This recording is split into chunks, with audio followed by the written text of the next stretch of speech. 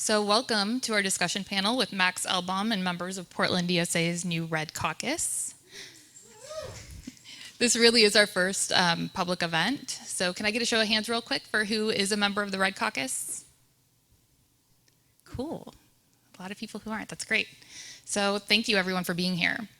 So before we get started, especially when we're discussing liberation socialism, it's really important to acknowledge that we're living in a white settler colonized empire built on stolen land.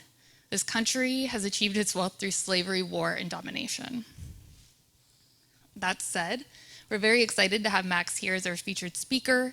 He's joined by Luisa Herrera, as well as Mayor McIntyre. They're both active organizers in DSA.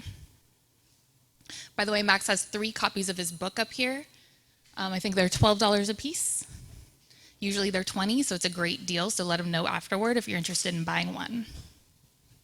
And Portland is lucky to have a local connection to Max.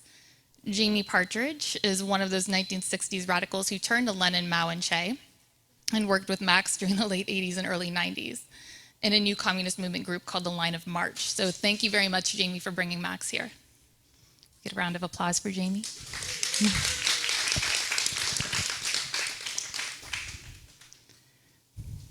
All right, so if you read even just the introduction to Max's book, Revolution in the Air, you're bound to experience some deja vu. A couple of examples. When Max describes the conditions of the late 1960s that set the stage for the new communist movement, he writes that all society was a battleground. On one side stood the country's traditional elite.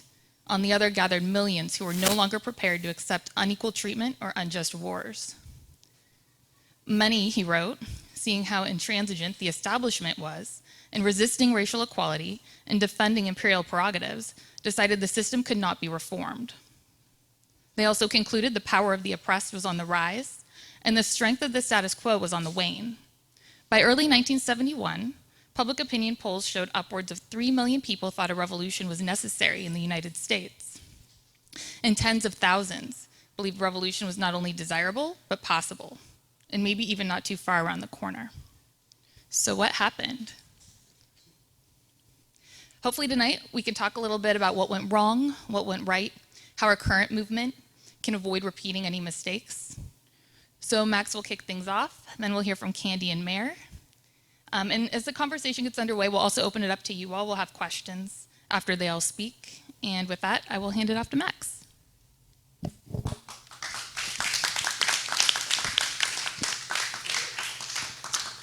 Well, thanks, Kara and Jamie and the Red Caucus and everyone in Portland DSA. I appreciate the chance to interact with you all tonight. So what I'm going to try to do in these comments is first talk a little bit about the outlook of those of us who turned to revolutionary politics in the 1960s. Then I'm going to talk a little bit about what my book covers and the new communist movement, its experiences, some of our positives and negatives. And then I want to wrap up with some observations about what that might mean for some of our directions in dealing with today's challenges.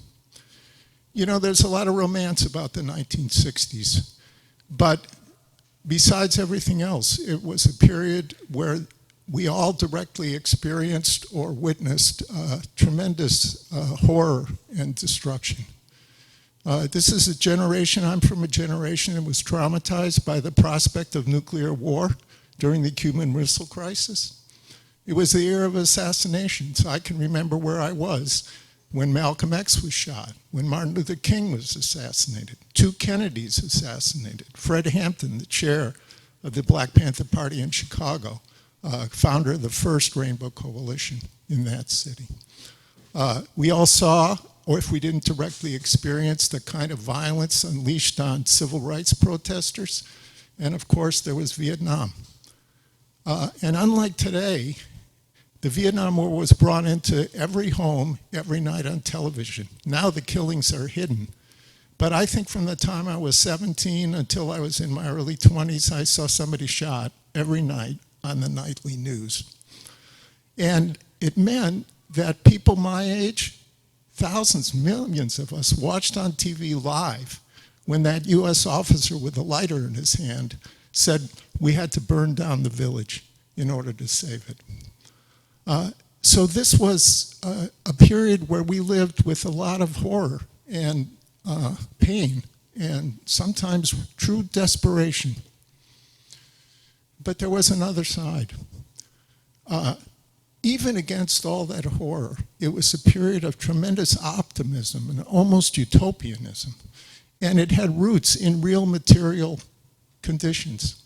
I mean, I'm from the generation that watched those Southern governors stand at those university gates and say segregation today, segregation tomorrow, segregation forever.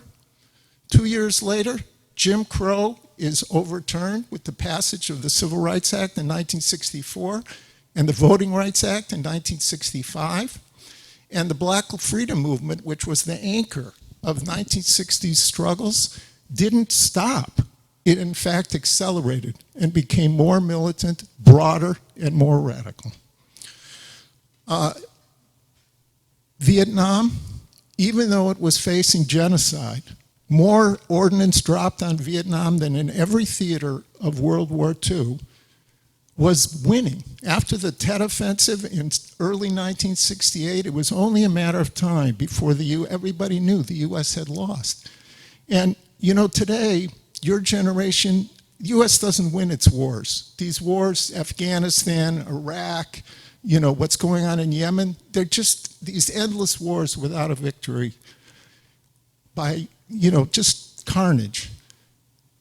You have to put yourself in our place in 1968. The United States, we were brought up to believe not just that the United States was a force for good in the world, but that it was invincible. What an incredible ideological earthquake it was to see a peasant army in a small third world country defeat the most powerful military that the world had ever seen. This was an ideological earthquake to our generation. And it wasn't just Vietnam. The whole global south, Uruguay, Palestine, South Africa was aflame, and it wasn't even only in the global south. 1968, a woman from my SDS chapter spent the year in France, and she came back and gave a report on what had happened on the night of the barricades in May 1968, when a general strike of 10 million workers and students on the barricades in Paris came this close to overthrowing a government in the heart of industrialized Western Europe. Is it any surprise that so many of us turned to revolutionary politics out of experiences like that? And especially after the murder of Martin Luther King, April 4th, 1968, that was probably the single most decisive event, if you had to pick one, that transformed people into revolutionaries. And after that, when we decided the system could not be reformed, we looked around for a strategy, an ideology, an approach to make the revolution that we thought was necessary. And inevitably, we were influenced by the shape of the global world in general, but particularly the global left of that period. And that's what led so many of us to turn to what my book describes as third world Marxism and the new communist movement. And here I'm going to read a passage from my book just trying to explain what that was. Inspired by the dynamic liberation movements that threatened to besiege Washington with 2-3 many Vietnams, that was Che's phrase, many decided that a third world-oriented version of Marxism was the key to building a powerful left here. Third world Marxism put opposition to racism and military interventionism front and center. It riveted attention on the intersection of economic exploitation and racial oppression, pointing young activists toward the most disadvantaged sectors of the working class. Third world Marxism promised a break with Eurocentric models of social change and pointed a way to building a multiracial movement out of a badly segregated US left. Within the third world Marxist ranks, a determined contingent set out to build tight-knit cadre organizations based on Marxism-Leninism. We believed that new upsurges lay just ahead, and it was urgent to prepare a united and militant vanguard so that the revolutionary potential which we had glimpsed in the 1960s could be realized the next time around. Now this current on the left, the new communist movement component of the broad third world Marxist milieu, was not the only current that grew out of the 60s movements. Every single part of the left grew. Radical feminism, anarchism, social democracy, traditional mainstream communism, Trotskyism, revolutionary nationalism, every tendency on the left grew. But the new communist movement, it's most closely identified with the revolutionary struggles shaking the empire in the third world, was the section of the left that grew and attracted the plurality of the revolutionaries formed in the 1960s, and especially the highest proportion of activists of color coming out of the freedom movements in the Chicano community, the Asian American community, the Black freedom movement during that period. The bulk of chapters in my book trace the history of this current, from its explosive rise in the late 60s to pretty much its shipwreck as a coherent political trend at the end of the 1980s. It details the theoretical positions of the different groups and the political disputes that prevented this current from ever uniting into one single party. It details the work that the movement did in the labor movement, in the Black freedom movement, the Chicano movement and Puerto Rican movement, the LGBTQ movement, the women's movement, and all the different social movements of the 70s and 80s. An entire chapter is devoted to the culture of the movement, what the expectation, how groups were structured, what the expectations were for members, and the ways in which our organizations were and were not democratic organizations. Now, for those of you who want to take a deep dive into that history, you have to read the book. I'm not going to try to summarize all of that here. I just want to say that the purpose of the book is to document this history so everyone can draw their own conclusions. Okay, that's the main thing. Now, obviously, I have opinions based on my own experience, but the real point is to share this experience, just the facts, and what happened and who did what and why, for you all to figure out what you make of it. So in this brief time for these remarks, I want to talk a little bit about three or four themes that some of us discuss might be the most useful for me to share with people tonight. And then wrap up with a few comments about today's world. So first, I want to target what I think was our most costly mistake. You know, having a general revolutionary vision, that's a fantastic starting point. But where the rubber really meets the road is how you interact, how you assess and interact with the actual concrete conditions in your particular time and place. And that's where the new communist movement, along with other sections to the left, but I'm writing about the new communist movement, that's where we went wrong. We misassessed the historical moment, the balance of forces, and the resilience of US capitalism and imperialism. That error led us to adopt strategies, tactics, organizational forms, and pushed us toward ideological perspectives that isolated us from the constituencies that we had been so determined to sink our roots into. We had become radicalized in a particularly explosive period in the 1960s, a time when there was tremendous change, the masses of people were rising up in all kinds of forms. Now, we weren't so naive as to think it would be a straight shot to revolution. We had some sense. But we really did think that after some period of ebb, there was going to be another round like the 60s, but more working class based, more militant, and in tighter unity with global revolutionary struggles all around the world. That was our world outlook. And let me just say that that was not limited to us. There were people in the enemy class who thought that might happen too. But that's not the way things went. The ruling class regrouped after its defeat in Vietnam, and through a very sophisticated campaign utilizing national chauvinism, racism, homophobia, anti-feminism, launched a backlash, a counter-revolutionary backlash that was global, but it certainly included a backlash against all the gains of the 1960s and the left. We also thought that because people had been so explosive in the 60s, because they had given up on one or two presidents, that people were, in the millions of people in the US were ready to give up on the electoral system altogether and were ready for riskier roads. But that turned out not to be the case.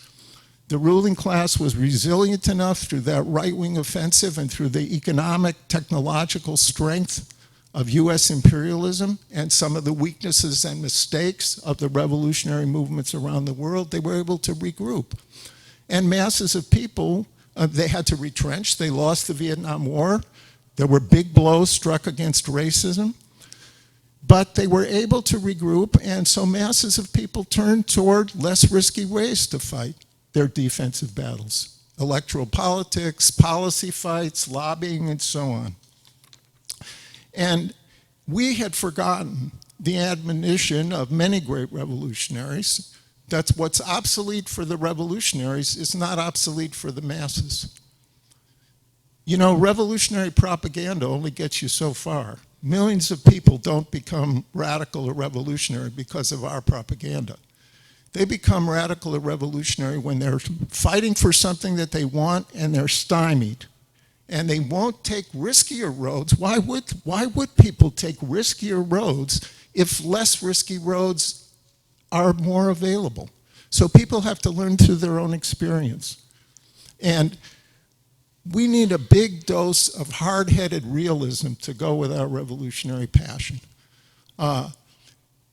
We need to keep in mind that forces far more powerful than us are setting the agenda. And we have to try to see the world how the key constituencies that are necessary for revolutionary change see it, not just how we'd like to see it. That is absolutely crucial to assessing what is the moment and how you apply your revolutionary vision in the concretes of politics. I'm going to talk a little bit about one of our strengths. One of the strengths of the current that turned to third world Marxism was looking to the Black freedom movement as their key reference point and a driving force of all progressive struggles in US history.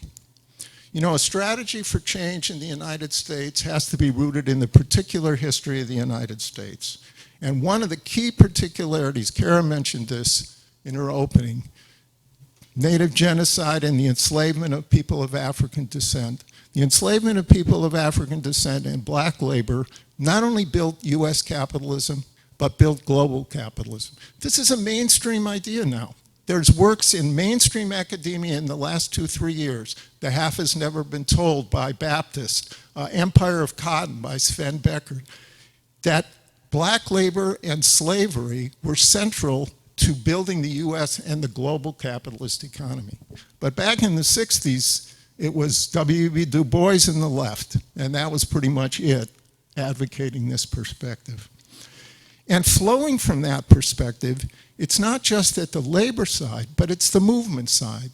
The Black freedom movement was the spearhead of the most democratic and progressive struggles that we've seen in this country. It's no accident the most progressive governments ever on US soil since contact and since the genocide were the state governments in the South during Reconstruction, which W.E.B. Du Bois called a model of the dictatorship of the proletariat in the United States. And it was the Black freedom movement in the 60s, in our generation, that broke the back of McCarthyism, ended Jim Crow, ended racist immigration quotas, and opened the door for all the other social movements that came out of the 60s.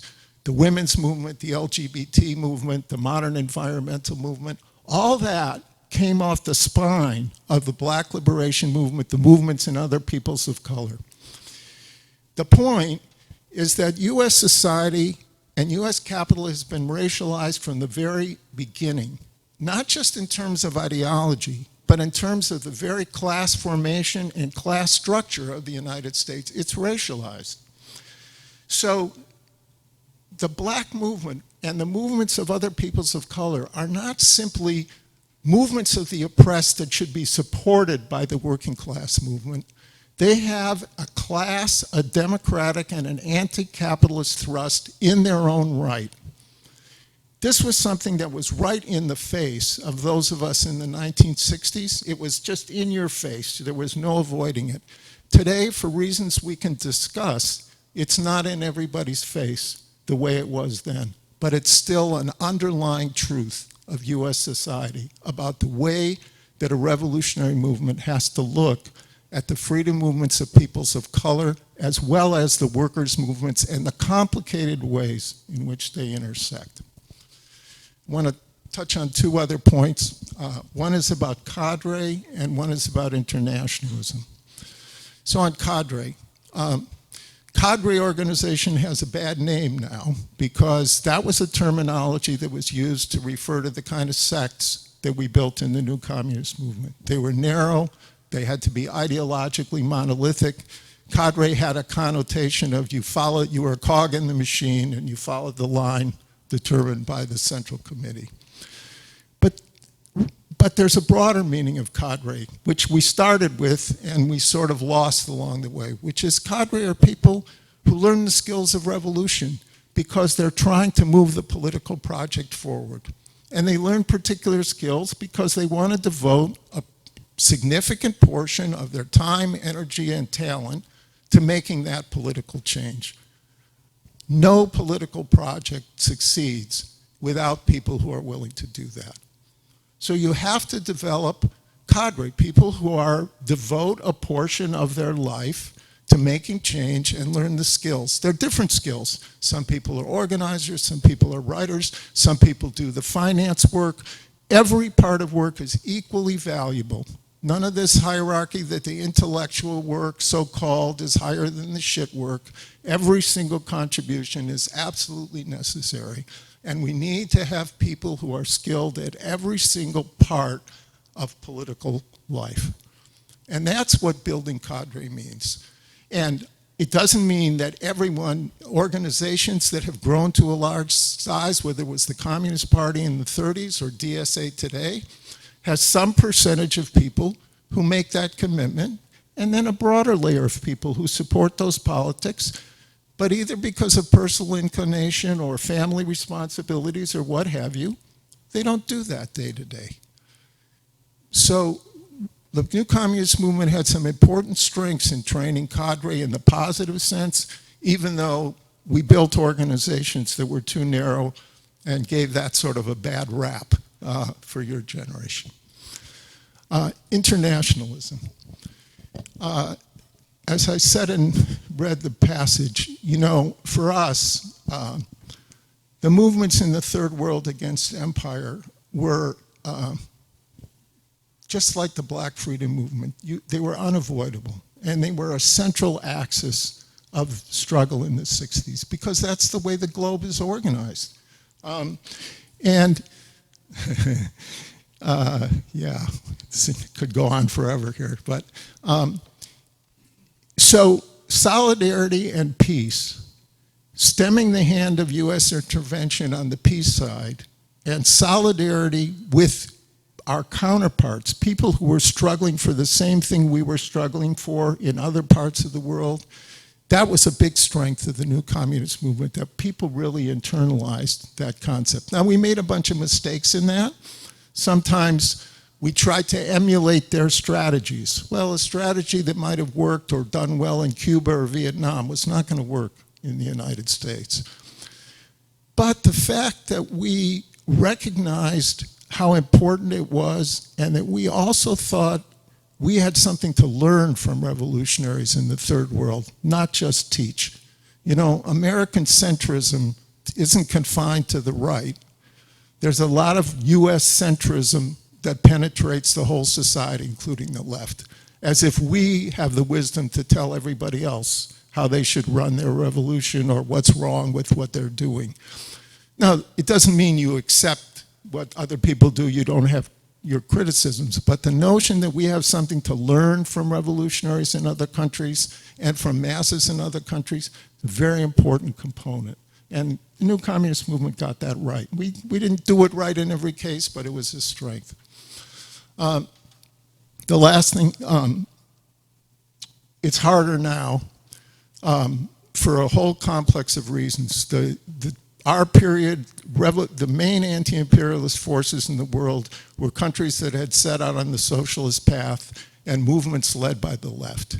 And if you look at the global map today, the rise of right-wing authoritarianism, ethnic chauvinism, all that kind of thing, it's very much more complicated. So it's very difficult, and I understand why war and the racist justifications for war and internationalism, then, you know, it's very more difficult for the current movement to get them to the forefront. But it's just as important as it was in the 1960s. A movement that doesn't challenge US foreign policy and that is soft on national security is vulnerable, even on its own terms. Besides our revolutionary responsibilities to people in the rest of the world, a movement in the United States that doesn't see that it's part of its responsibility in its own self-interest is opposing US intervention and supporting its friends and allies around the world is vulnerable to being undermined and swept along with one or another, 9/11, the country needs homeland security and all that bullshit. Okay, today I'm just going to wrap up here. We're in a very perilous situation right now. White nationalism has captured one of the two major parties in the United States and driven itself to power, control of the executive branch, the judiciary, the Senate, trifectas in almost half the states. What we're talking about is a bloc whose agenda is set by the fossil fuel industry, the military-industrial complex, and a bunch of right-wing billionaires. But it's a cross-class movement. And the glue of that cross-class movement is racism. And xenophobia, Islamophobia, racism, has pulled together, attracted a whole layer of the white middle class and a not insignificant number of white workers. It's a big myth to say Trump's base is mainly white workers, but there are too many who are part of that cross-class movement. There's a long history consistent with what I've tried to put out in these remarks. Movements based on white chauvinism and authoritarianism have risen up every time people of color in the United States or any progressive movement has challenged the powers that be. The goal of the Trump administration is a racialized authoritarian state that looks more like Israel today or what was before the Civil Rights Act, where we return to an almost de jure second-class citizenship for people of color as the wedge to implement an agenda of turning the energy policy over to the fossil fuel industry, turning economic policy over to the most anti-labor sections of the ruling class, and misogyny and homophobia. Trans people do not exist, and Me Too did not happen. That's their agenda. The good news is there's a massive anti-Trump front in this country. It's complicated. There's differences among revolutionaries about how we relate to that front.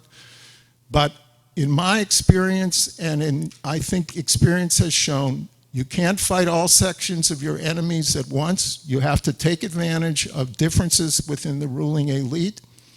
And the revolutionaries who have grown in influence in periods of intense class struggle are those that have thrown themselves into the struggle as it exists and said it has to go further, not those who've said it's not quite good enough, you're aligned with people that we don't like, so we're going to sort of hold back. I'm done for these remarks. Big challenges ahead. They're being taken up by a new generation. The three other people up here on the front, no accident that they're all women. The job of people of my generation is to get in behind you, support you, share our experience in the spirit of take anything you find useful, leave the rest, and let's hope we can move history another notch forward.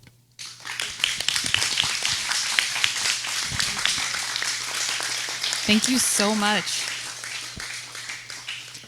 Okay, so a couple quick housekeeping things. If no one saw, the restrooms are right outside that door. There's water by the front door. Tip your bartender if you're able to. And now Candy and Mare, do you guys have a preference on? Okay.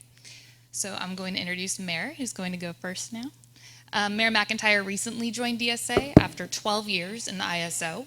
During that time, she was active in various movements in this order: anti-war, single payer, Occupy, and teacher solidarity. She took breaks from activism to produce new members of the working class, now ages 2 and 4. In DSA, she's focusing on the Medicare for All campaign. All right, so, okay, microphone.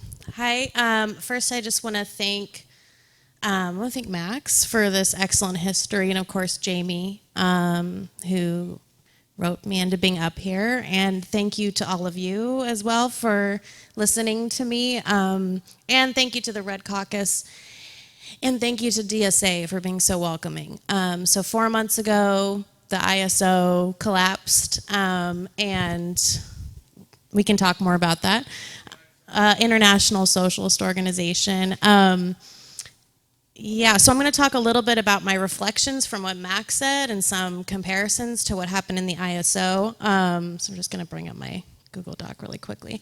But what's interesting about this time period is that people in DSA and people in the Red Caucus, I mean, everyone has been so welcoming. So I'd say one of the main differences is that when my organization collapsed, we're at the beginning, hopefully, of a new movement versus the time period where we're really at the end of a movement that happened. So I've been very thankful for that, and it's just a very different period entirely. I mean, in the ISO, there'd be a line, right? I'd have to come up here and say certain things and debate certain points about third world Marxism, and so it's both kind of exciting to be welcomed into this movement, trying to figure out what's going on. As Max put it, you know, the situation's very dire. I have small children, so there's a certain amount of desperation there. There's a visceral fear, right? That something needs to happen right now. But there's also a lot of excitement. And so for me personally, I just wanted to share, coming out of another similarly small group with a line, it's also kind of terrifying to not have somebody to ask what I'm supposed to say right now. So why I'm here and why I'm part of the Red Caucus is really just to hear what other people are thinking. I had a really strong physical reaction when the ISO started to tank, which was flight.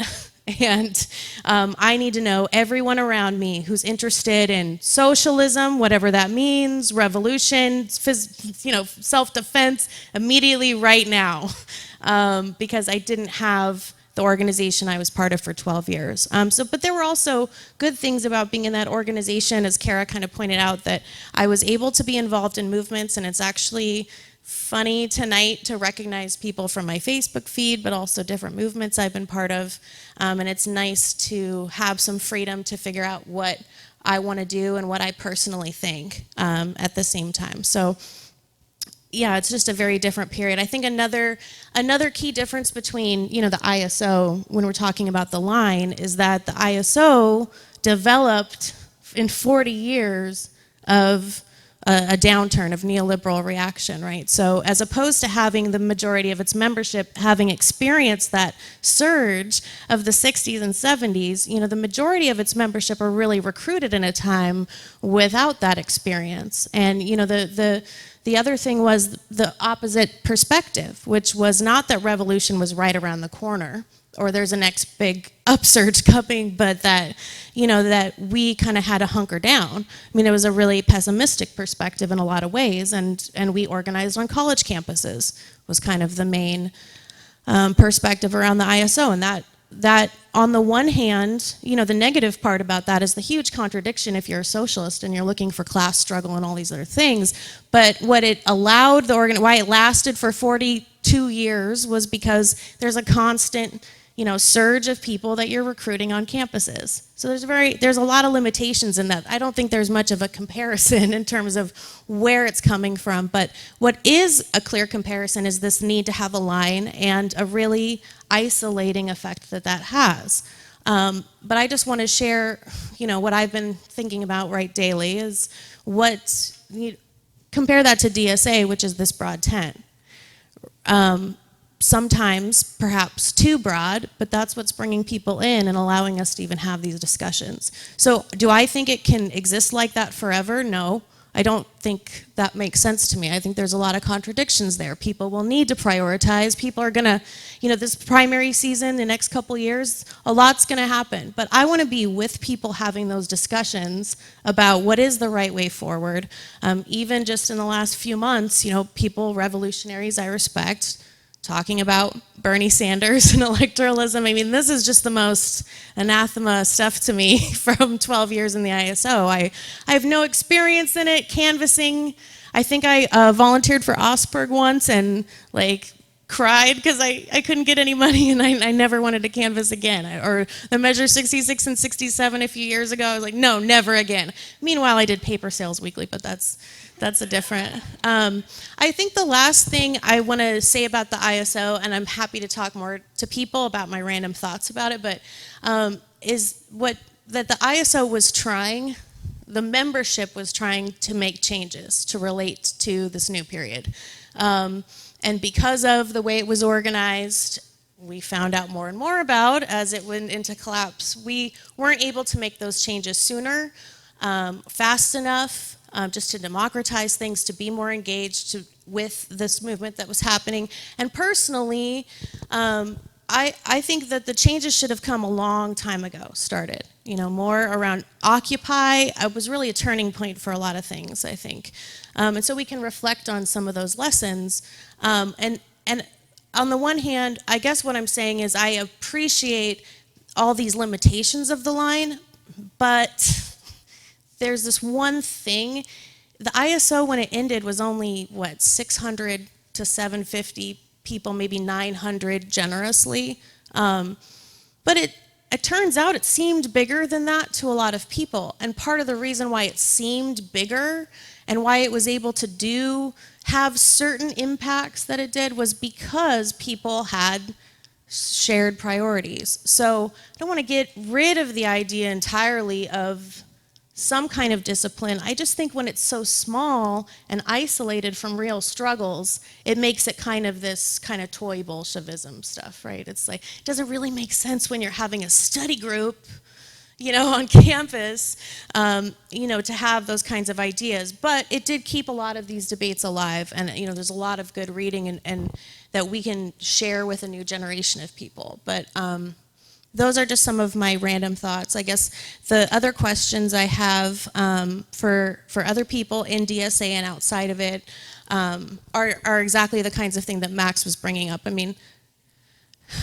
I think Bernie Sanders' campaign is great. I'm glad people are really excited about it, but all of the problems of the Democratic Party are right in front of our face. And I don't think we can be silent about that. I think most people in this room, if you're coming here, you see the trap of the Democratic Party. How do we engage in this? How can we be honest with people about what the Democratic Party is and what maybe some of our longer term goals are around the Democratic Party without isolating ourselves, right? I think for me in Medicare for All specifically, that's an area where I want to build an independent movement. I want to build a movement that's independent from the Democrats. So it is something that Bernie Sanders has made a huge part of the campaign. I mean, it's a mainstream idea now, whereas 10 years ago doing this work, it wasn't. But I want to engage people who are right now interested in those ideas, interested in the demands, in more struggle. I want them to be the next layer of leadership in that movement. I think the same thing is true in a lot of different movements. And I think we are going to really have to bring up anti-imperialism and internationalism and a lot of the things the Democratic Party and Bernie Sanders are weak on. And we'll have to just honestly tell people this is where it falls short, and this is the kind of movement that we actually have to build to put pressure on these people to move to the left, especially right now during the primary season. I think now is the time to do that. Spoken enough, thanks.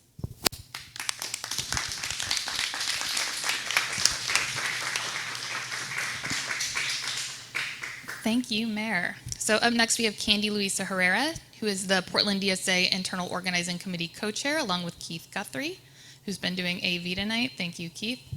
Candy's been a community activist for close to a decade. Her primary areas of organizing are labor rights and immigrant justice. She's currently a staffer for the Washington Education Association Union, which saw a historic number of strikes last year in Southwest Washington. She is also an organizer with Hands Off Venezuela Portland. Here's Candy. Thanks. So I'll be brief. I think, Mayor, speaking about the dissolution of the ISO is really important in the context of this conversation. I'm really thankful that you did that.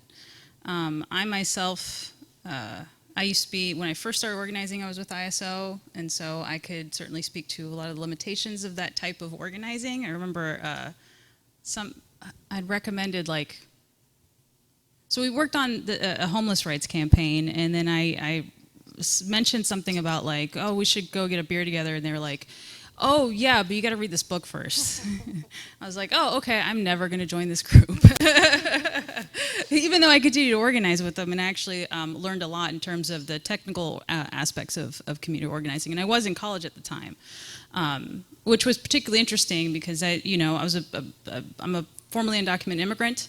I just got my paperwork and went to school because it was like the only thing that I wanted to do. And so it was just interesting that, I mean, I'm absolutely all for reading groups. I just didn't necessarily need to be educated in terms of my own oppression. I think I had, when it came to immigration in particular, I'd kind of experienced it.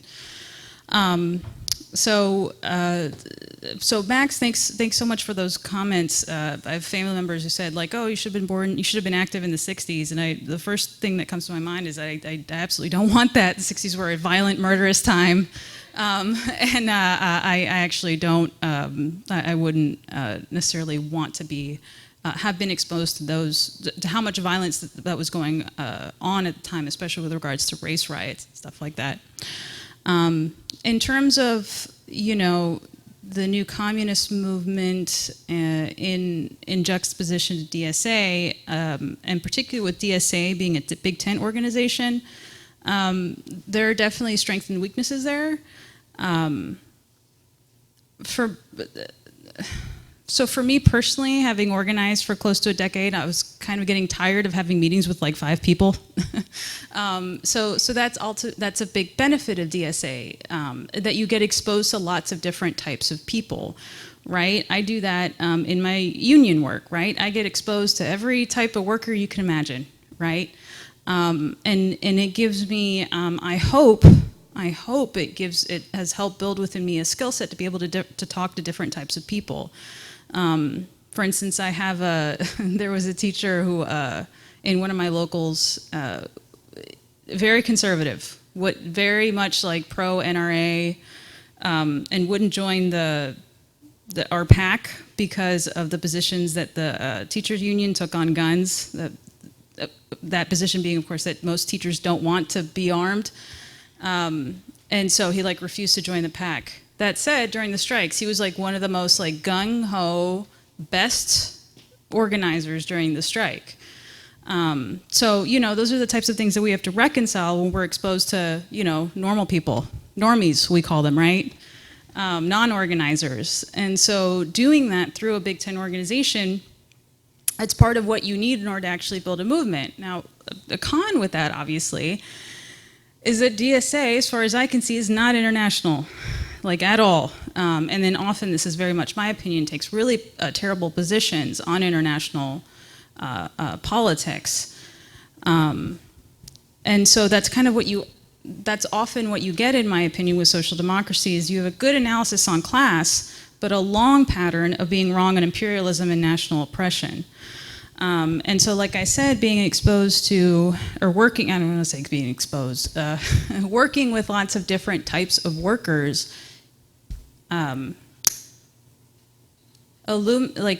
it paints for me in broad strokes the ideological stronghold that bourgeois liberal democracy has, right? Even a lot of at least maybe the ones I interact with, a lot of workers are, who consider themselves liberals, they think that Russia, they believe the whole line on Russia.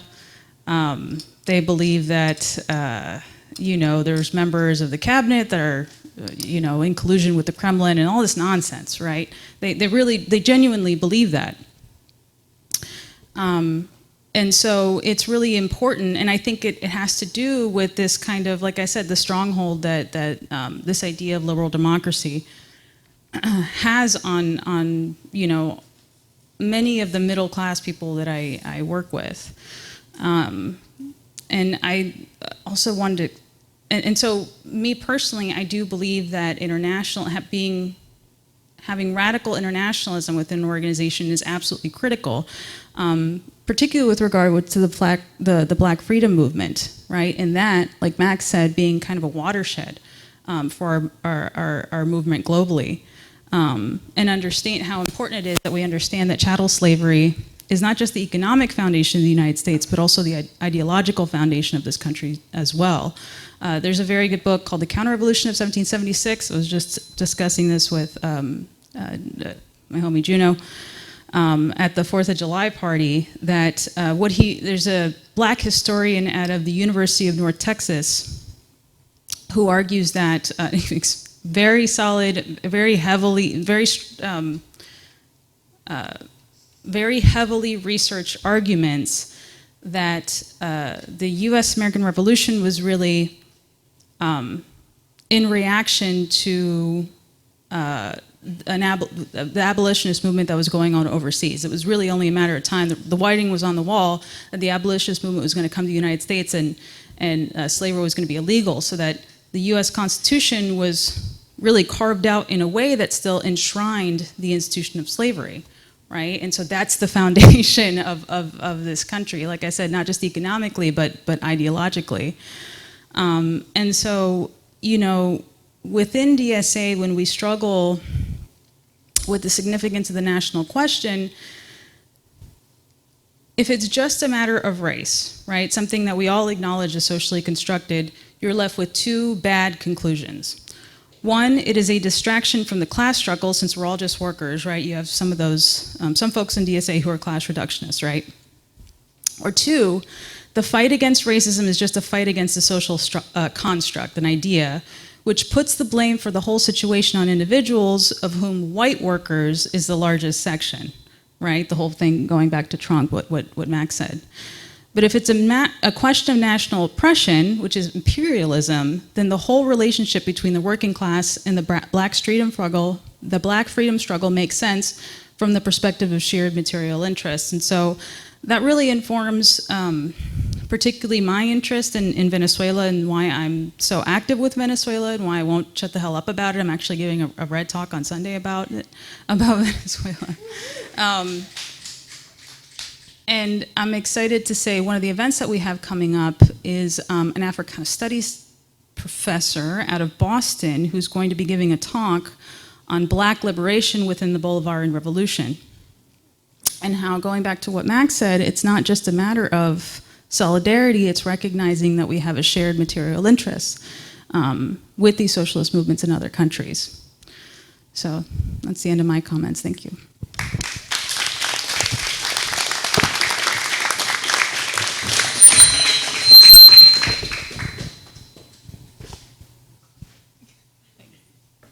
All right, thank you so much to all of you. So we still have about 45 minutes left. We're going to take questions now. We'll try and do, I think, 2, maybe even 3 at a time, but maybe start with 2. Keith's going to be our mic runner. And I'll be keeping stack. So if you think of a question as someone else is talking, just raise your hand. Okay, Jeremy's on stack. And I'll take a note of it. And also, if you're used to talking a lot, maybe leave space for other people. And yeah, with that, let's start questions. So Jeremy was first.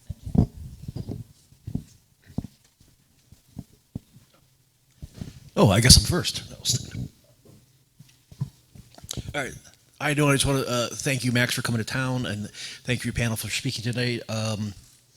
Really enjoyed your perspectives. A question for Max is,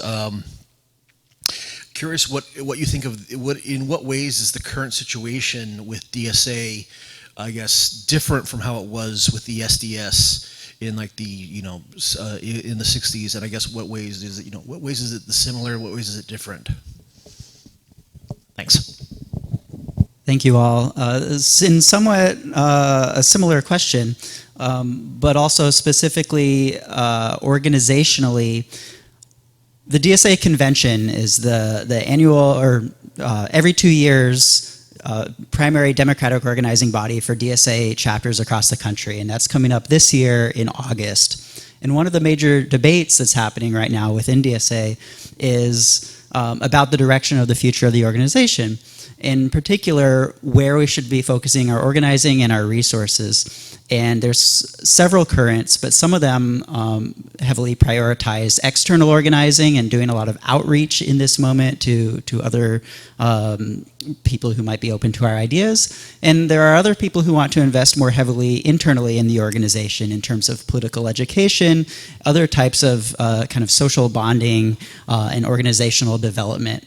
And so my question would be, based on historical examples, in particular the kind of internal sectarian style of organizing in the New Communist movement and other social movements in the 60s, what sorts of insights would you offer in terms of that dichotomy, or is it a false dichotomy? Do we need to be developing both at the same time? Thank you.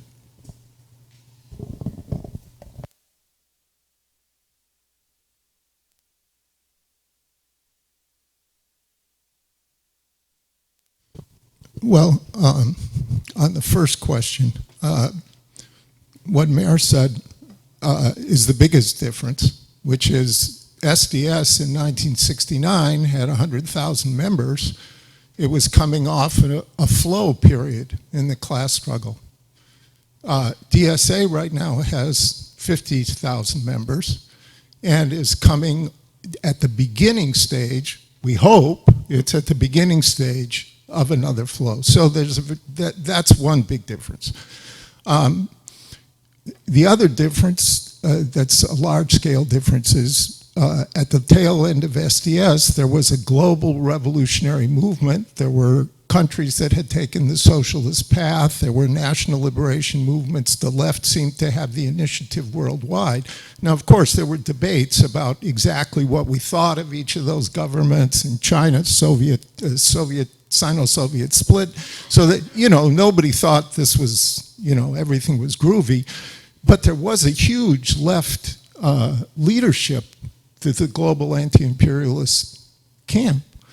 And today's world is not like that. The biggest phenomenon on a global stage is the rise of racist authoritarianism in various forms. Modi in India, Netanyahu and where Israel is going, the Saudis, Bolsonaro in Brazil, Duterte, Orban, Italy. This is a whole different landscape. So the broader conditions. Some of the things that are closer in. SDS was a student organization. It was 99.9% white. It was almost defined as white. It didn't exclude people of color, but at the time, there were very vibrant organizational forms for revolutionaries of color to join that had a national presence. The Black Panther Party in the first place, but the Young Lords Organization, La Raza Unida Party, the American Indian Movement, there were Asian American collectives. There was large-scale movements in communities of color, and there were left parties. There were some, the Communist Party, the Progressive Labor Party. DSA is not in that exact same situation. DSA is a multiracial organization, although obviously the composition needs to be changed if it's going to reflect the working class in this country. But for various reasons, probably the main one of which is that over the last 50 years, the hardest blows of repression and co-optation have fallen on movements and communities of color. So the organizational landscape in communities of color is not where it needs to be. It's not comparable to what existed in the late 60s. And what you have in the sociology is that DSA has grown among a layer of white, largely educated strata who've been radicalized by the economic crisis and the fact that their economic future is so much more precarious than it looked like it was going to be. That particular sociology brings certain strengths and weaknesses to an organization. Educated, talented, skilled, write, read, cultural capital, but a certain view of the world that's limited compared to the diversity of the US working class. Now, SDS also was very limited, but it was much more self-aware of how limited it was because there were these other organizations around that we were working with and supporting. There's a little bit sometimes of a DSA centrism, that DSA is everything that's happening on the left, which it's not. Now, DSA is extremely important. Everyone on the left has a stake in DSA succeeding and growing. But there are thousands of revolutionaries in other organizations, many of which do not foreground socialism, but are doing work have a much larger base among workers and communities of color. Working Families Party, the State Power Caucus, the National Domestic Workers Organization, Color of Change. I mean, these are out there, and how does DSA relate to those? So I think that's a trickier question than it was for SDS at the end of SDS. But it's a vital question because that's the route to DSA broadening out its political perspective in the areas where it's weak and changing its composition. Is strategic alliances with some of the other radicals out there, which are more complicated because it's not simply you just form an organizational link. You have to do certain kinds of work and be involved in various coalitions. So that's on that one. And that sort of is a segue into your point. You know, gosh, I don't know. When you grow from a few thousand members to 50,000 members in shorter time than SDS grew that way, you just have massive differences of opinion and different experiences. I've spoken at DSA chapters around the country. Everyone is different. So I don't really have any good advice to give about that. I think you do need to work on all fronts, but exactly which front you need to work on more, I mean, honestly, I think this convention that's coming up is great because this is the only way you'll figure it out, is bringing all the people together, exchanging experiences, and figuring that out. I do think, I think you'll make some progress on both the external and tightening up your organizational things. I think the most important thing is that to stay grounded, you keep abreast of what your closest partners and the people you work with most in coalition and need to work with most, what are they thinking? Doesn't mean you adopt what they're thinking, but it gives you a bead on what broader constituencies, what's the sentiment. So there's a lot of solidarity groups that are not in DSA, around Venezuela, around Palestine, groups working around what's going on in Africa against AFRICOM and US intervention there. In the Bay Area, there's a large Korean group working around Korea, and you know, it's not on the front page right now. There's the Iranian Council. You know, how do you sustain a relationship with those groups or with the other groups in the electoral field or in working on Medicare for all? And just sort of over time, it gives you an anchor and a broader perspective. And you have a lot of friends out there, even people who are not members, want to see you succeed. The only people on the left who want to see you fail are people who have just locked themselves in an ideological box so strongly that they're living in some other planet. You know, everybody else wants DSA to grow and succeed. Did either of you want to respond to that? Okay. Any other questions?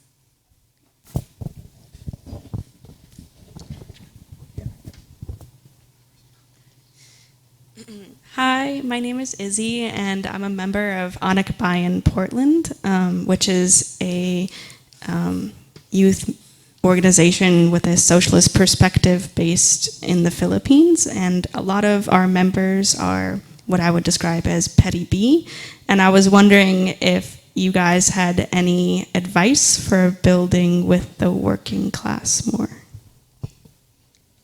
Petty bourgeoisie, so that's like...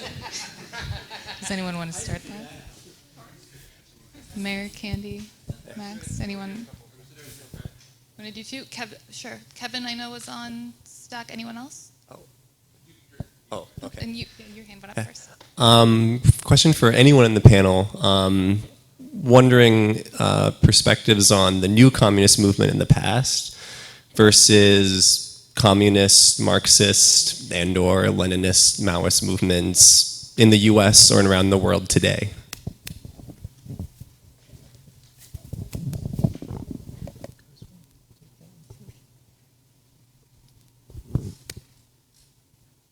In terms of appealing to the ruling class, appealing to the working class, this is actually something that I personally struggle with regards to Venezuela, and actually particularly the way that I was kind of going back and forth with a friend of mine about how to structure the Red Talk on Sunday. I think having people understand the role of imperialism and how it materially impacts their lives is really important, because or else then you're packaging what's going on, then you're packaging foreign politics in a way that speaks to this, that speaks to this notion of bleeding heart liberal. You guys have ever heard that phrase, bleeding heart liberal? It's nonsense. I hate it. Well, for one thing, I don't like liberals, but for another thing is that the subtext of that is charity. Right? You have a bleeding heart. You're going out of your way when really we all have a moral obligation to do these things. But that doesn't work with a lot of folks. So understanding the systematic way that imperialism plays in people's day-to-day lives, I think that is the strongest message. Because the fact of the matter is, most people in the United States don't look like people in the Philippines. And so explaining it in a way that impacts their lives, explaining that we have to look at imperialism as an illness and understand the symptoms of imperialism that has to do, that's why we have such an enormous prison population. Having people understand that as of right now, the closest thing that we have to a federal jobs guarantee is the war machine, is joining the war machine and effectively volunteering your family to go and die in wars that they have absolutely zero interest in. That is a message, I think, that speaks strongly to people. I want to say something on the petty bourgeois thing. So I'm learning about communist and Leninist movements all over the world. I'm very open to hearing more perspectives on that. But what I'm interested the most, what I think I can talk a little bit about, is this question of the petty B people, which is great. I'm only saying that now. So for a long time, you had to convince people that they were part of the working class. And I kind of wonder, when you say people are petty bourgeois, I mean, they're small capitalists. They own their own businesses. Is that what you mean? So this is exciting, because I think at this moment you have tons of people who want to learn this terminology and want to talk about a class analysis. So yes, we're weak on imperialism and we're weak on these other things, but you have tons of people saying, well, where do I fit in this? I feel screwed. And yeah, a lot of the petty bourgeoisie is screwed by the big capitalists, but what we're really interested in is these working class people. And a lot of people, they may have like a middle class ideology that they're adopting, or they may want to be small business owners, but the vast majority of people are actually workers. And that, for a long time, it was a real argument. And now I feel like people are so much more open to that. The argument's so much easier since Occupy, since the recession. So I really want to, I guess, push back on that question and say maybe the way they're operating isn't really like deep in the working class, but some of the things we've done, I thought that got more working class was just Jamie being around and having all these labor connections is actually the people who are in unions. But right now what's exciting is there's tons of people organizing for the first time. You know, when you look at the burger, all kinds of efforts that are happening right now, people identifying as working class. And that's, in my mind, that's how we're gonna win. In all the different movements, I think you said it really well, like how to actually talk about how imperialism affects working class people's lives, but also just how teaching people how they're workers. They already know. I mean, you shouldn't have to explain to people how they're oppressed. You were saying that earlier. People already know that, but you just watch so much bullshit on TV. I mean, we're just so inundated with this crap, right, that people aren't really connected to their class anger. And I think that's where some good agitation can come around right now. That's one of the things I like about healthcare, because that does get so raw when people realize how powerless they are and how dependent they are on their employer. And for people who are lucky enough to have employer health insurance. So just all of that kind of raw class anger stuff, I do think that's how we're gonna win, but I think Candy's totally right, is finding how to connect struggles against imperialism, against the state, to the experiences of working class people. Right now doesn't seem as apparent as maybe in a different time period when the state was actually, you know, crushing people very visibly. I think if we do build struggles, I think we'll see that very quickly, where the state actually comes in and breaks down picket lines more and more. And I mean, we've had little examples of that, but in a future state, I think that'll happen, especially if Trump wins, but I don't think about that, so.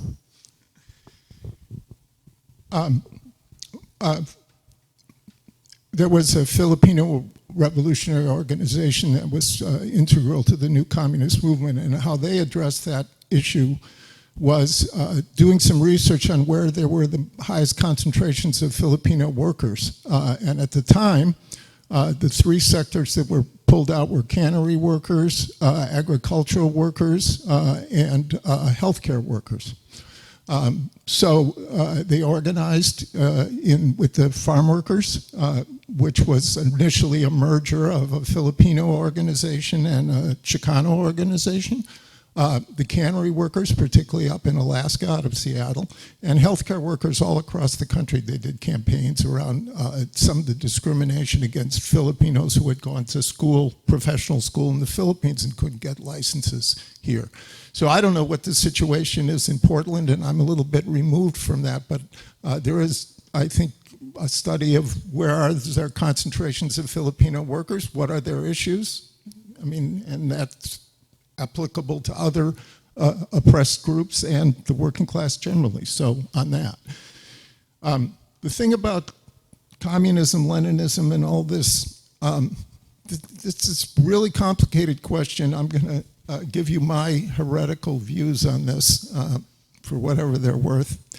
The new communist movement came up at a time when, if you were on the left, you had to define yourself in relationship to some major traditions of communism that had a real existence in the world.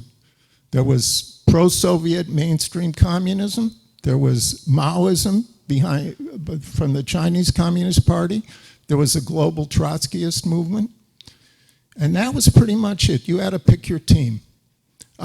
There were, of course, individuals and a few small groups in various countries that tried to be independent from that, but it was very, very difficult. Very, very difficult. Just given the ideological landscape, how people thought, what was disseminated, and all that.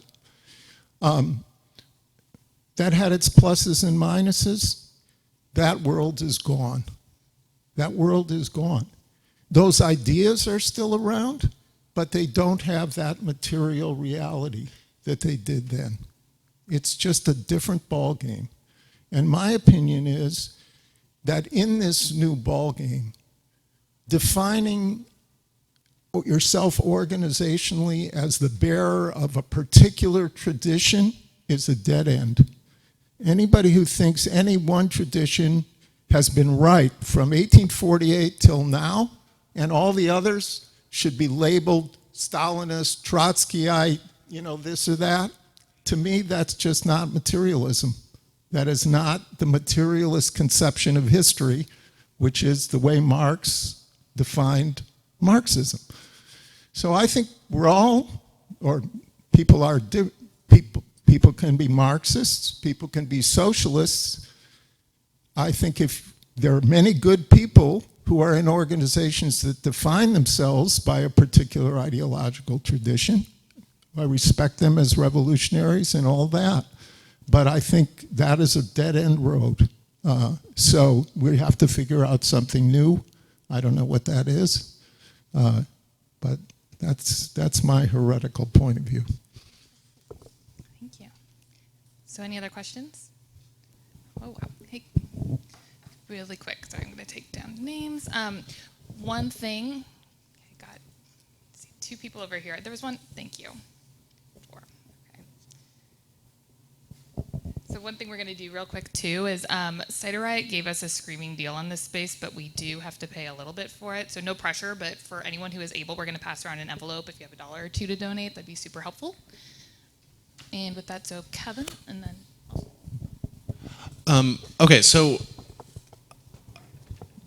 you noted the both the sort of the horror and the optimism of the period that you're writing about and that you experienced, and you followed that by noting the most costly mistake that in your assessment that revolutionaries made was not having a good assessment of the historical moment that you were in, and not connecting with the popular ideology where the working masses really were. And I think this is sort of connected to the question that all 3 of you were just answering. I can't help but follow that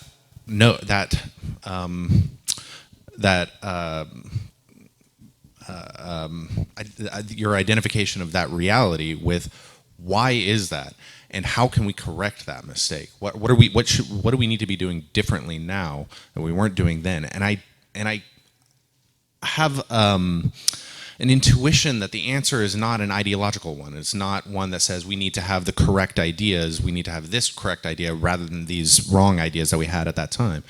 It strikes me that it needs to be grounded in some sort of turn toward connecting these cadre that we should be building to the masses themselves, and not be so isolated and disconnected to them. But that raises the question: how do we do that? What is the connection? What are the tendons that tie us together?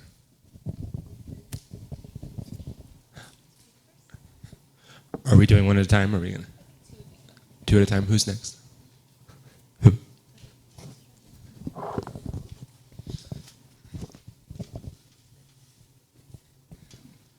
You're up next.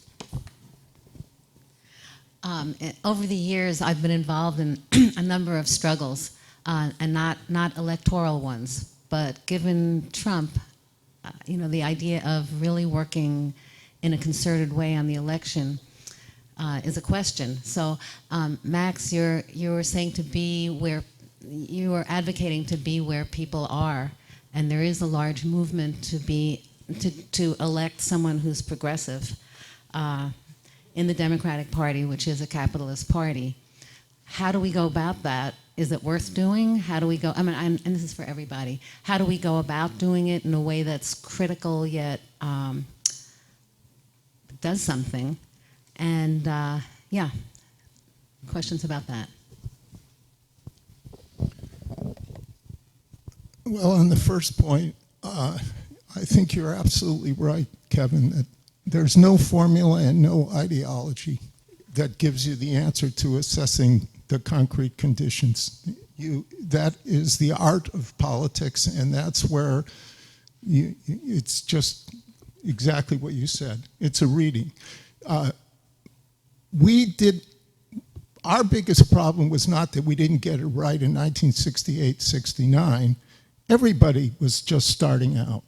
But by the early 70s, especially the oil crisis, the demonization of the Arab world, and the economic recession, and the beginning rise of the new right, we didn't catch it in time and realize how things were changing.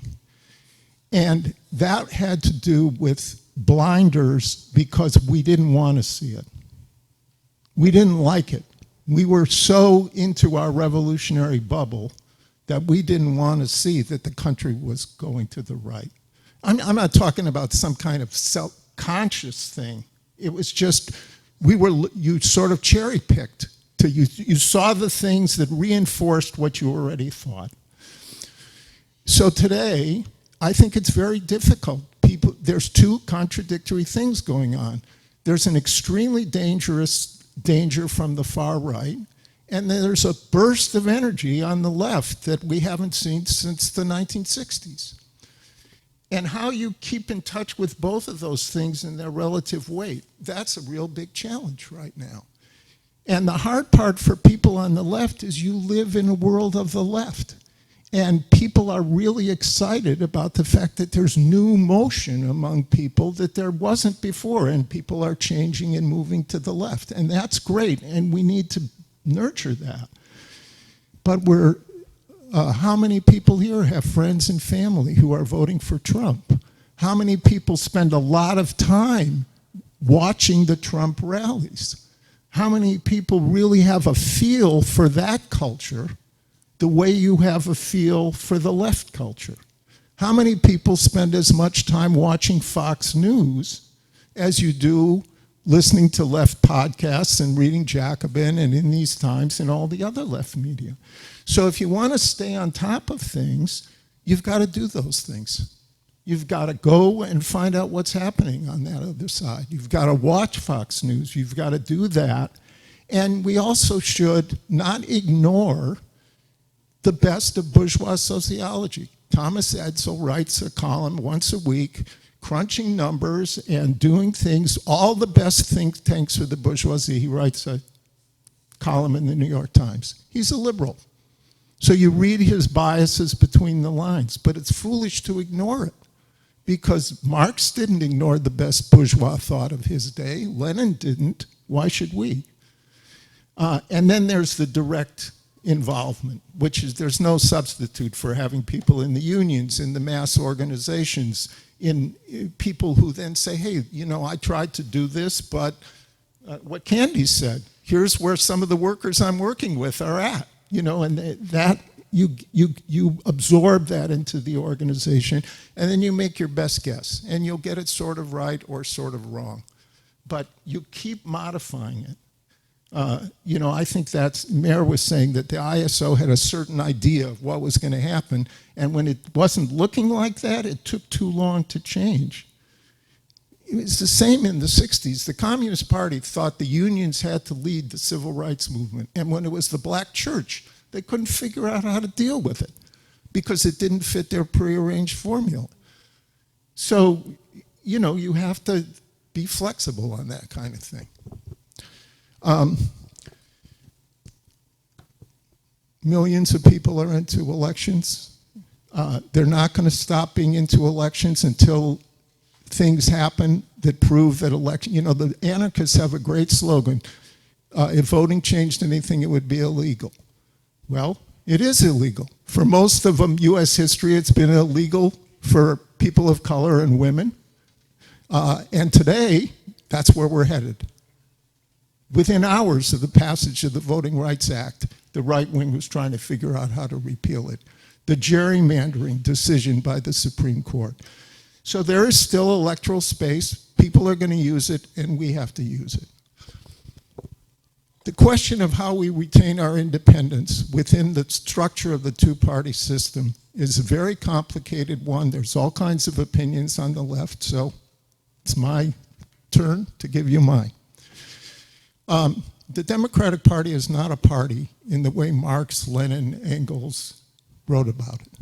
Parties are groups of people that can determine their own program, their membership, who their candidates are, and exert some measure of discipline.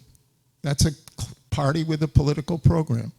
The Democratic Party is a parastatal structure of the U.S. legal system that allows you access to a ballot line. It's not only that, but that's mainly what it is. So Bernie Sanders can run as a Democrat on the Democratic primary, even though he's not a Democrat. So we can make use of that ballot line, because the fact is, you have to make use of that ballot line if you want access to elected officials, and right now, if you want to beat Trump. But yes, we need to build our own organizations. There is an emerging social justice bloc, working families, I mentioned some of the groups before, that are working together more and more. It's the coalition that elected AOC. It's Bernie's operation, Our Revolution. They will build something resembling a party within a party, or a party within that contends for a ballot line. It has to have its own structures. It has to mature into something that holds people accountable. And at some point, we have to have electoral reform where you get proportional representation, or some other form where you can have your seats dependent on what percent of the votes you get. So there's a long, complicated discussion of how you do that. But I don't see any alternative in 2020. Now, this doesn't mean, I'm not talking about how Portland DSA allocates its time and energy. You're not in a swing state. There's all kinds of big issues here. You're not going to spend most of your time canvassing against Trump.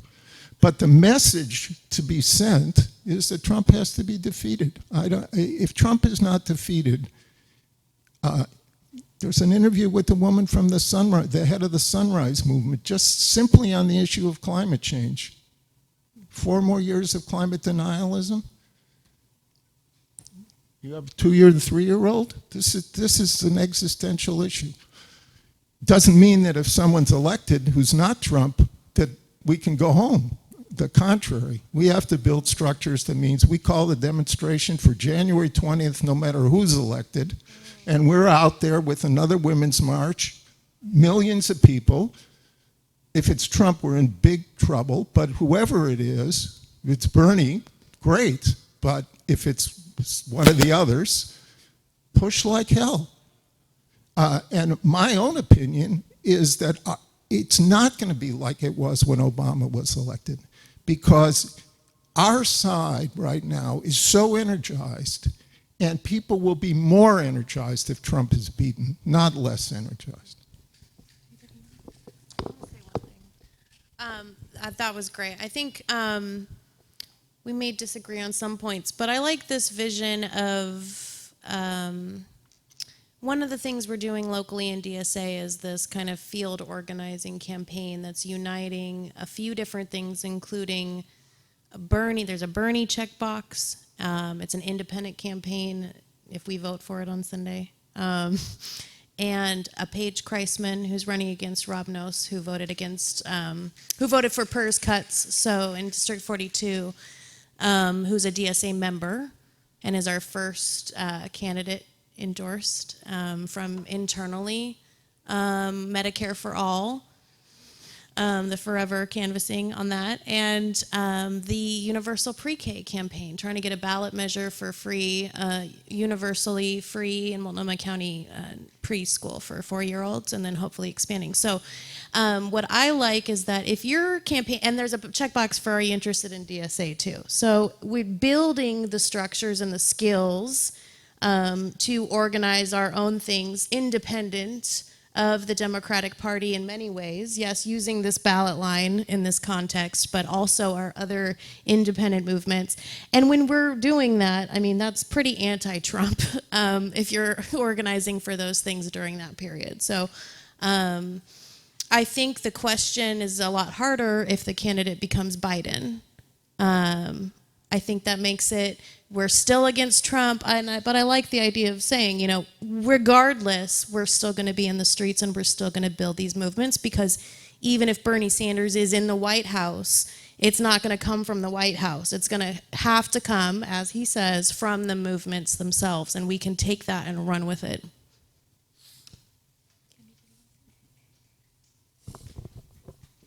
Great, so I have 3 people on stack. That's probably all the time we'll have for questions, but let's take all 3 and then see if we have time left after that. And just a reminder, also in case anyone wasn't here when we first started, Max has 3 copies of his book, Revolution in the Air. If anyone's interested, they're only $12. Usually they're like 20. So it's a great deal. Good book. All right, so we have, sorry, I don't know your name, person in the headband, and then Rick, and then is Crystal here? Yep, and then Chris. Hi, thank you all for everything you've said so far. Admittedly, I'm not a DSA historian. I'm actually not even a member, although I find myself at DSA events occasionally, and I love them. I'm just really interested in I think several of you mentioned DSA kind of not having an international I guess strategy maybe, or at least not a strong enough international strategy. I find this very curious because the reason why I first got interested, and granted my only experience really is with the Portland chapter, although I have some friends who are in the DC and the New York chapter, so I see kind of some of the stuff that they're doing, but they seem to be organizing around Venezuela, anti-militarism, and a couple of other examples. So I'm just curious, maybe you can talk about why you think DSA doesn't have that, or what's preventing DSA from having more of an international focus. Yeah, I would just be curious to know your opinions on that.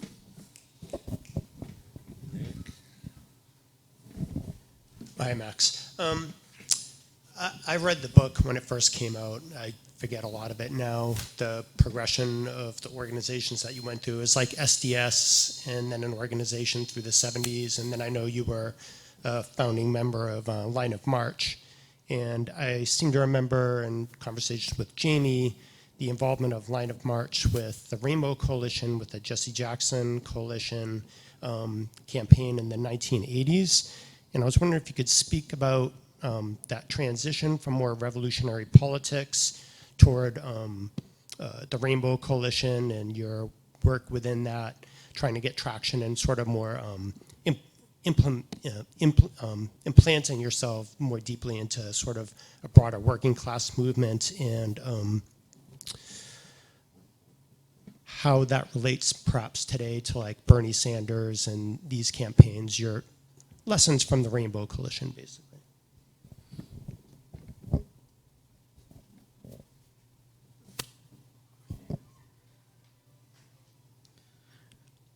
So my question is, while socialism has had its victories throughout history, often many like material victories, many Americans only see where socialism and communism has been co-opted by authoritarianism or corrupted by state capitalism. How does DSA mobilize the American working class and avoid isolating them from ourselves? What should we do and what should we avoid?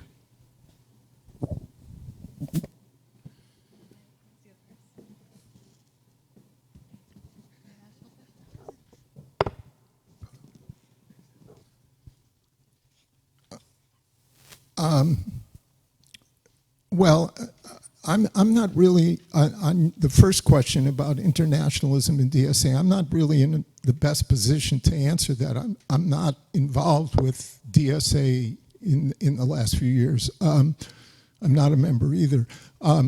My perception is that, and this I think applies to most of the left, not just DSA, is that there just isn't as much oomph behind it. It doesn't mean that there aren't resolutions and things like that, but I think that other areas are attracting more traction for people. And it's for a complicated set of reasons. I'm sure it differs from area to area. Some it's because some of the international stuff to some people seems too complicated right now. They can't figure out what they think about Syriza, about Syria or about Venezuela or something, so they shy away. They want to go something. People are looking for tangible results. They want to make a difference. They don't think they can make a difference on the international thing. So it requires some really internal work and emphasis politically on that, which it's been hard for DSA to do because of the speed with which it's grown.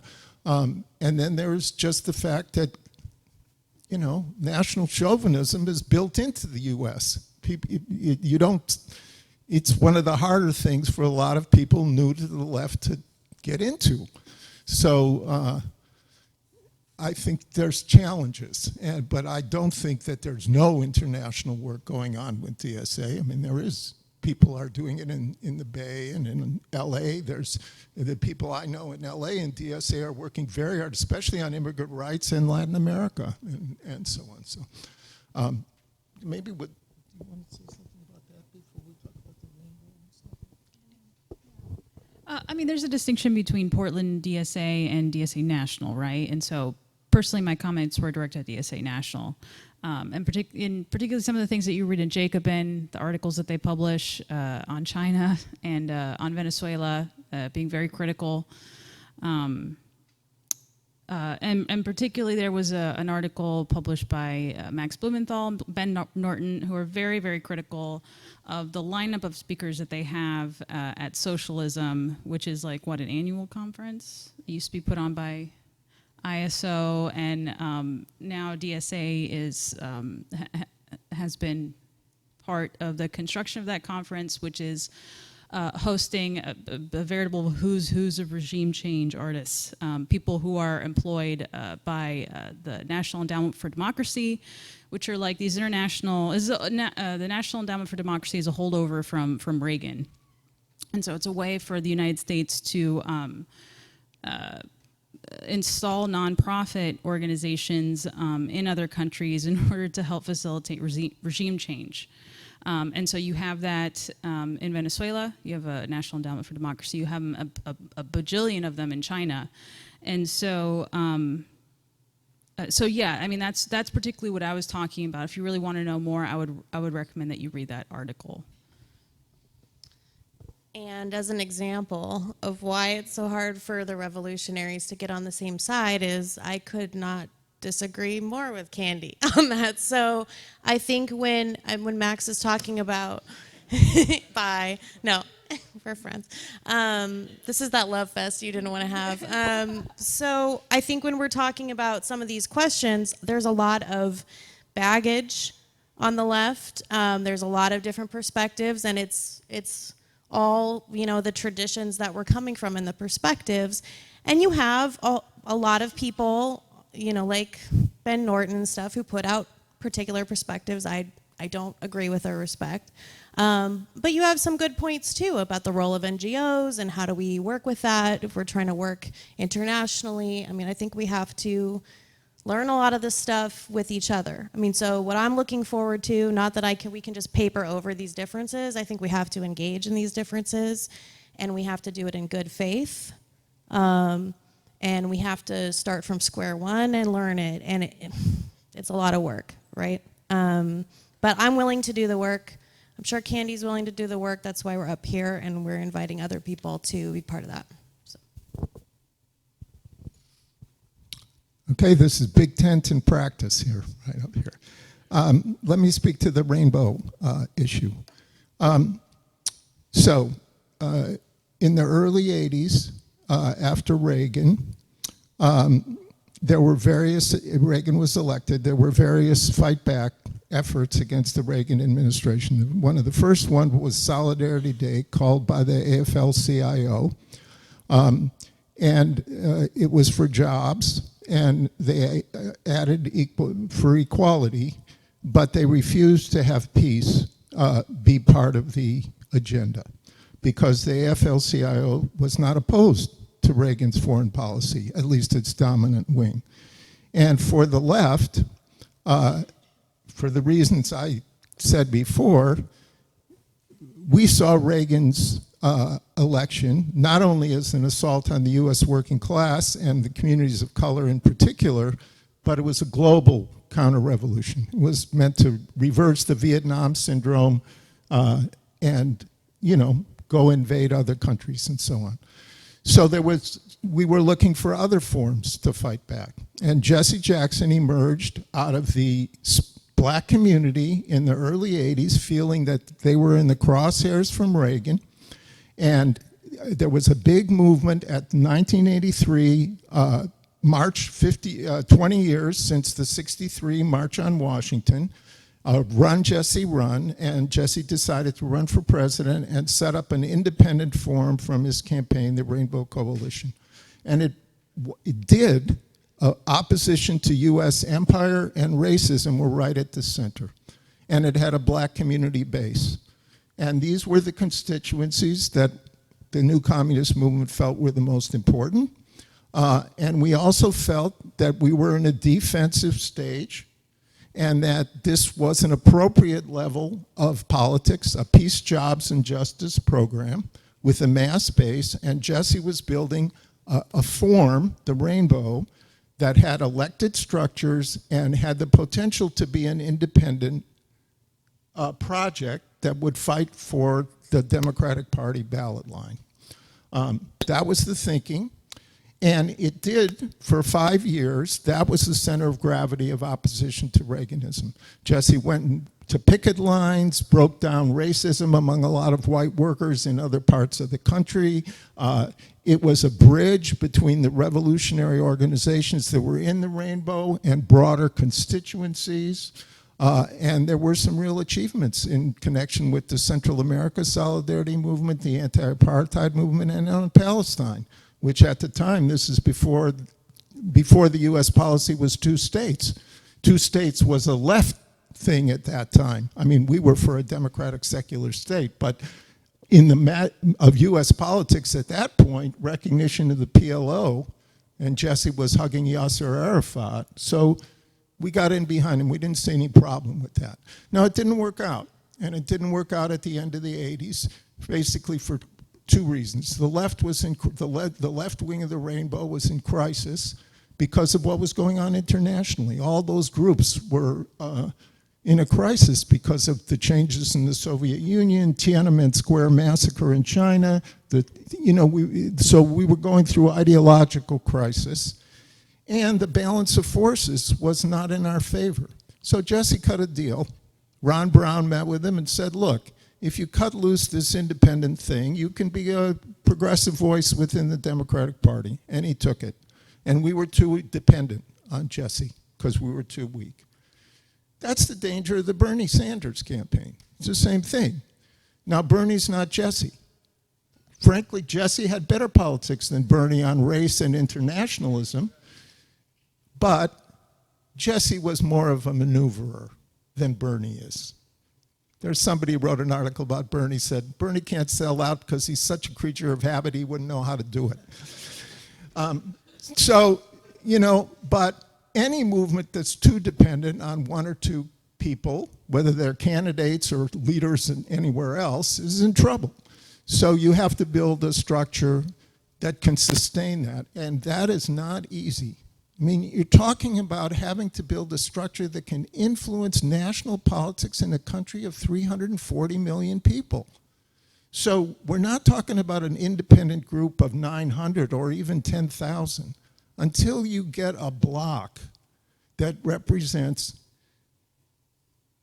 30 to 40 million people, okay? There's a caucus of 18 state-based or 20 state-based community organizations, mostly led by communities of color. There's some articles about it in Organizing Upgrade, which is a website I'm one of the editors of. It's called the State Power Caucus. New Virginia majority, New Florida majority, Texas Organizing Project, California Calls. I don't remember the names of all the others. They estimate that they can move about 4 million votes, 4 million people. That's a lot of people. That's more people than DSA can move on its own. You got to get to 20 or 30 million, 40 million. So we have to be able to build on that scale. Now, DSA has 50,000 members and people have tremendous energy, so this is great. That's a great starting point. The new communist movement did not have 50,000 cadre, maybe 10,000, maybe 15. So you're in a good start, but it's just a start. And so we have to build that kind of structure. We need people who are candidates, who know how to run campaigns, who know election law, and people who know how to do all the other stuff, including security. I mean, didn't you just have a fight with the fascists here at this place? I read about it in the Bay Area, so yeah, David gave me a clipping of it when I got here yesterday. This is my friend David Fine. We were in the student movement together in Madison, Wisconsin in 1969. So, and he's still here. So, you need a lot of skills, but, so the rainbow does have a lot of lessons, positive and negative. Its social composition was different. The backbone of the rainbow was the black church, again, coming out of the 60s, and some sections of labor. It's different from Bernie's coalition. It's more like Reverend Barber and the Poor People's Campaign, Revolution of Values, Third Reconstruction. There was a third one, but somebody else maybe can speak to that about socialism and communism. Maybe somebody can. This is our last question. Oh, no, thank you. I believe the question was about how you handle people's associations when they hear socialism, when they associate it with state capitalism. Am I getting that right? I just want to make sure I had the actual question part right. Yeah. Yeah. And this is our last question. Just to say something, as I think there's a lot of rich history in the 30s as well, and one of the things that Max brings up is some of the problems with the new left was the divorce between the old left and the new left, the divorce between the movements in the 30s and the movements of the 60s and 70s, and I think that's a mistake we're trying not to reproduce, but the span of time between them is just a big problem. And in the 30s, I think there's a lot of things that we can learn from what people did in the 30s as well, and reclaim some of that history and the rise of the socialist movement. And I mean, when you talk about Eugene Debs and other things that DSA people like to put forward, there's a lot of good stuff there. When you tell people that Eugene Debs got, 19 million votes from prison, it's American as apple pie. I mean, I think there's all kinds of ways that we can brand that as just the beginning of a conversation to get people more into the history and what the Communist Party was able to actually do and other parties able to do in the 30s to turn the tide and give us many of the many of the things that we have today that they're taking away from us. So I think that's one place to start. Yeah, I think for all of Bernie's flaws, one thing that he really did for us was make socialism an okay word. Vast majority, I mean, not vast majority, a majority of millennials see socialism in a positive way, and I think if that's the case, it's only a matter of time before we eventually find folks who are willing to embrace communism, even within our own movement. People who are afraid, maybe who are socialists might identify as communists, but don't say that publicly. And in terms of pointing out why communism and socialism is fine, if you look at the strongest and most knowledgeable and most analytical organizers in U.S. history, they've been black folks. And so, personally, when it comes to international politics, if there's something that I can't, because it can be very complicated and it's very difficult to parse out what media news sources you can trust and who you can't. I just looked to Black Agenda Report. It has historically been the case in the United States that if you want a clear understanding of the way that U.S. imperialism works, you're going to go to the black newspapers. And I think, is my belief that Black Agenda Report really carries that legacy.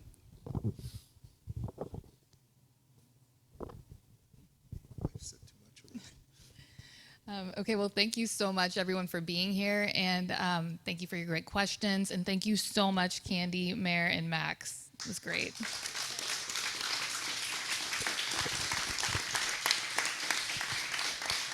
And we're going to get this room cleaned up, but if anyone wants to hang out in the main bar, we'll be out there. We can have more discussions.